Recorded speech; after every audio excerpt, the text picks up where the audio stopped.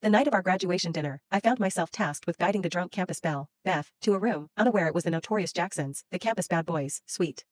My childhood friend, Liam, watched with quiet dread, the only one who knew my secret crush on Jackson, while I navigated the delicate, dangerous performance Beth orchestrated.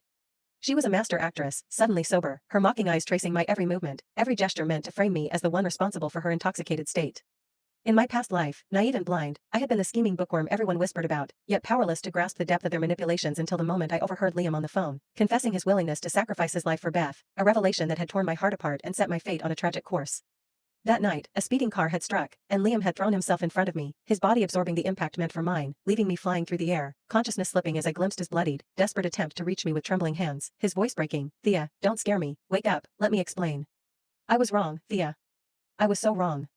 His words, a torrent of remorse and love, crashed over me as my own life ebbed, a final act of sacrifice that left no room for apologies, and then I awoke, transported back to the senior year graduation dinner, a chance to replay the night, to manipulate the circumstances with knowledge I once lacked, to observe Beth's intentions and counter her schemes.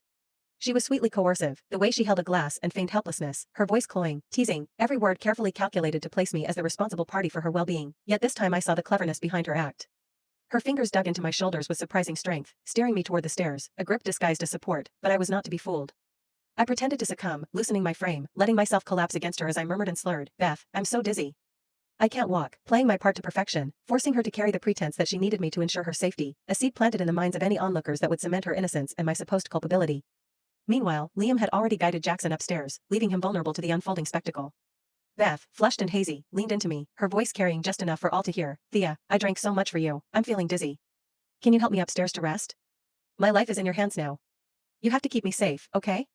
I recognized the trap from my past life, the subtle manipulation that framed me, but now I could respond with calculated precision. I shook off her grip under the pretense of removing my glasses, went limp, and let her carry the illusion that I was helpless, a silent partner in her deception, while internally I mapped every move, every glance, every whisper, knowing exactly how to maneuver this night to my advantage. The crowd believed in the narrative she constructed. The star student overtaken by intoxication, her frailty a mirror to her cunning, yet I was fully aware, a silent observer with the power of foresight. My hair was a mess, my face flushed as I whispered against her shoulder, "Beth, let's sleep together tonight," a declaration that would mask my own agenda, a calculated act to maintain the facade she sought to establish, while secretly I planned to shift the story in my favor, to prevent the manipulation that had once cost me everything, to protect Liam, and to find a way to reach Jackson, whose heart I still hoped to win despite the cruel web woven by deceit, jealousy, and misunderstood intentions. That night, the villa echoed with laughter, the clinking of glasses, and whispers of anticipation, yet I moved through it all with the keen awareness of a mind reborn, each action deliberate, each step measured, knowing that the past's mistakes would not dictate this life, that the strings pulled by Beth's performance could be untangled with patience and precision, that Liam's sacrifice and Jackson's indifference could be confronted with newfound strategy, and that my own heart, though battered, would guide me through the intricate dance of desire.